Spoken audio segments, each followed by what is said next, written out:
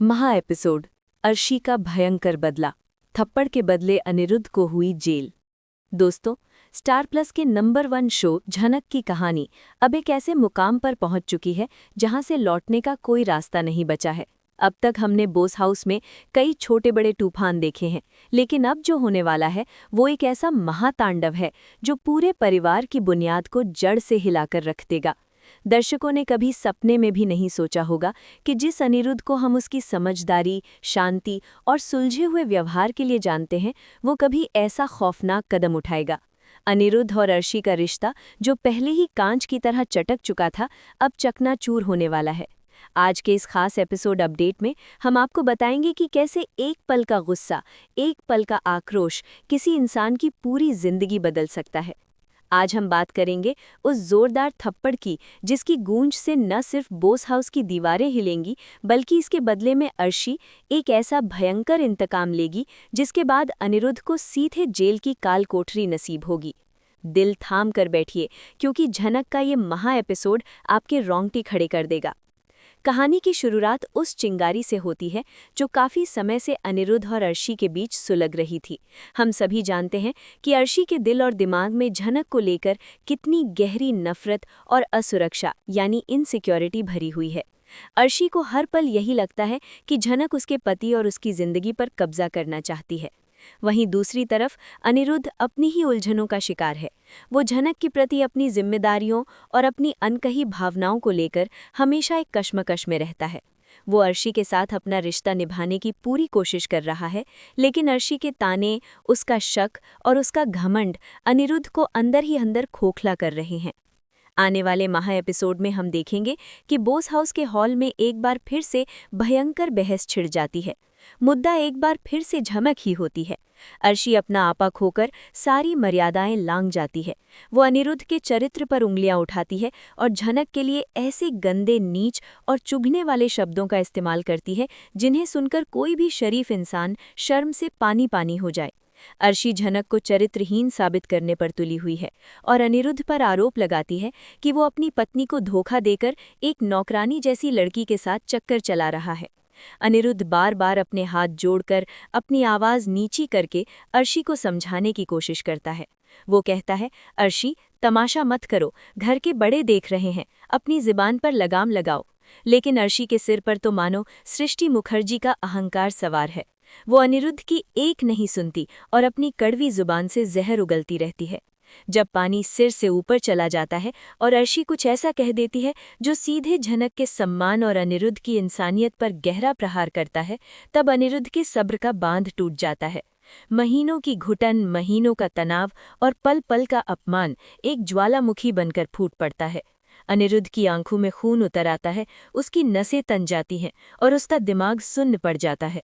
इससे पहले कि घर का कोई भी सदस्य कुछ समझ पाता या बीच बचाव करने के लिए आगे आता, चटाक, एक बेहद जोरदार थप्पड़ की आवाज पूरे बोस हाउस के सन्नाटे को चीर देती है। ये कोई मामूली थप्पड़ नहीं था, ये अनिरुद्ध की हताशा, उसके गुस्से और एक दम घोटू रिश्ते से उसकी आज़ादी की चीख थी। थप्पड़ इतने जोर का था कि अर्शी का चेहरा घूम जाता है और वो लड़खड़ा जाती है। कुछ पलों के लिए समय जैसे वहीं ठहर जाता है। अनिरुद्ध खुद अपने कांपते हुए हाथों को अविश्वास की नजरों से देखता है। वो खुद इस बात पर यकीन नहीं कर पाता कि उसने एक औरत पर, अपनी पत्नी पर हाथ उठाया है। घर के सभी बड़े बुजुर्ग, अनिरुद्ध के माता पिता, सब के सब बुत बनकर खड़े रह जाते हैं। किसी के मुंह से एक शब्द नहीं निकलता। अर्शी अपने गाल पर हाथ रखे फटी फटी और सदमे से भरी आंखों से अनिरुद्ध को घूरती है। उस एक पल में, उस एक थप्पड़ ने अनिरुद्ध और अर्शी के बीच बची खुची डोर को हमेशा के लिए जलाकर खाक कर दिया। थप्पड़ खाने के बाद अर्शी की आंखों से आंसू नहीं गिरते, बल्कि उन आंखों में एक खौफनाक आग जल उठती है। अर्शी कोई साधारण लड़की नहीं है, वो एक अमीर और रसूखदार परिवार की बेटी है, जिसकी ईगो उसके प्यार से बहुत बड़ी है। उसके लिए ये थप्पड़ सिर्फ एक शारीरिक चोट नहीं थी, बल्कि ये उसके गुरूर, उसके घमंड और उसके अस्तित्व पर किया गया ऐसा वार था जिसे वो जीते जी नहीं भूल सकती। उसी पल अर्शी तय कर लेती है कि अब वो इस रिश्ते को नहीं बचाएगी, बल्कि वो अनिरुद्ध को बर्बाद कर देगी। घर के बड़े बुजुर्ग तुरंत होश में आते हैं और अनिरुद्ध को डांटने लगते हैं। अनिरुद्ध के पिता आगे बढ़कर अर्शी को शांत करने की कोशिश करते हैं। वे कहते हैं, अर्शी बेटा शांत हो जाओ, अनिरुद्ध से गलती हो गई, वो गुस्से में था, हम घर की बात घर में ही सुलझा लेंगे। लेकिन अर्शी अपना हाथ झटक देती है। वो एक खूंखार शेरनी की तरह दहाड़ते हुए कहती है, घर की बात? इसने मुझ पर हाथ उठाया है, इसने मेरी इज्जत मिट्टी में मिला दी है, और आप लोग चाहते हैं कि मैं इसे भूल जाऊं? नहीं, अनिरुद्ध बोस ने आज अपनी जिंदगी की सबसे बड़ी गलती की है, और अब मैं इसे ऐसी सजा दूंगी कि ये पूरी जिंदगी याद रखेगा। अर्शी तुरंत अपना फोन निकालती है। परिवार वाले गिड़गिड़ाते हैं, उसे फोन करने से रोकते हैं, लेकिन अर्शी किसी की नहीं सुनती और सीधे पुलिस कमिश्नर को फोन मिला देती है। वो पुलिस से कहती है कि उसके पति ने उस पर जानलेवा हमला किया है और घरेलू हिंसा यानी डोमेस्टिक वायलेंस की शिकायत दर्ज कराती है।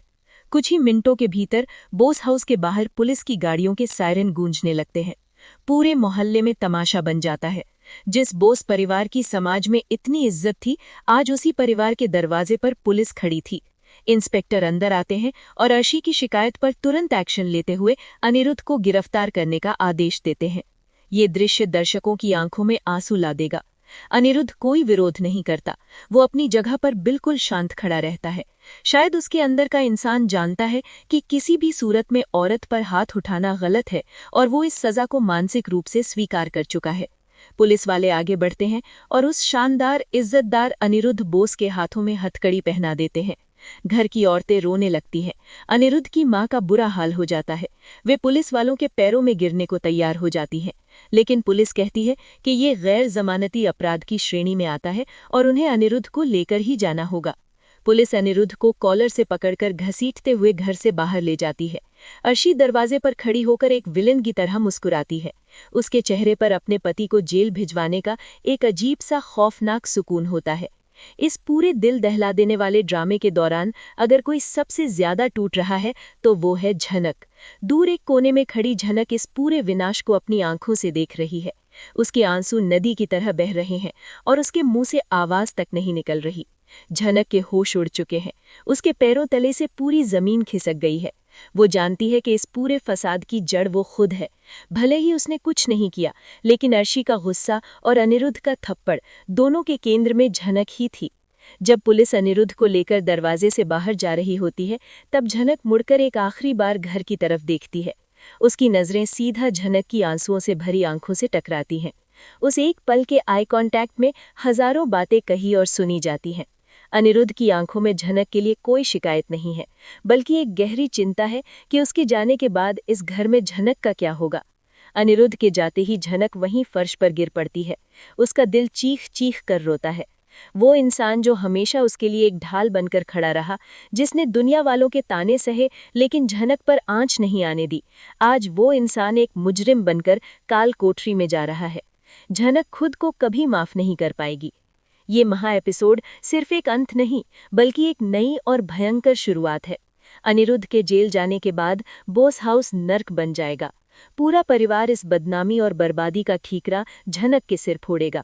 अर्शी और उसकी मां सृष्टि मुखर्जी अब झनक को घर से धक्के मारकर निकालने की पूरी कोशिश करेंगी। अर्शी का ये कदम अनिरुद्ध के करियर, उसकी इज्जत और उसके भविष्य को पूरी तरह बर्बाद कर सकता है। लेकिन असली ट्विस्ट तो अब आएगा। अब तक डरी सहमी रहने वाली, सबके ताने सुनने वाली झनक अब बर्दाश्त नहीं करेगी। अपने प्यार, अपने मसीहा को सलाखों के पीछे सड़ते हुए देखकर झनक के अंदर की सोई हुई शेरनी जाग उठेगी। अब झनक अर्शी के सामने हाथ नहीं जोड़ेगी, बल्कि उसकी आंखों में आंखें डालकर उसे चुनौती देगी। झनक कसम खाएगी कि वो अनिरुद्ध को जेल से बाहर निकालकर ही दम लेगी, चाहे इसके लिए उसे दुनिया की किसी भी ताकत से क्यों न लड़ना पड़े। वो वकीलों के पास जाएगी, कोर्ट के धक्के खाएगी और खुद को अनिरुद्ध के लिए दांव पर लगा देगी।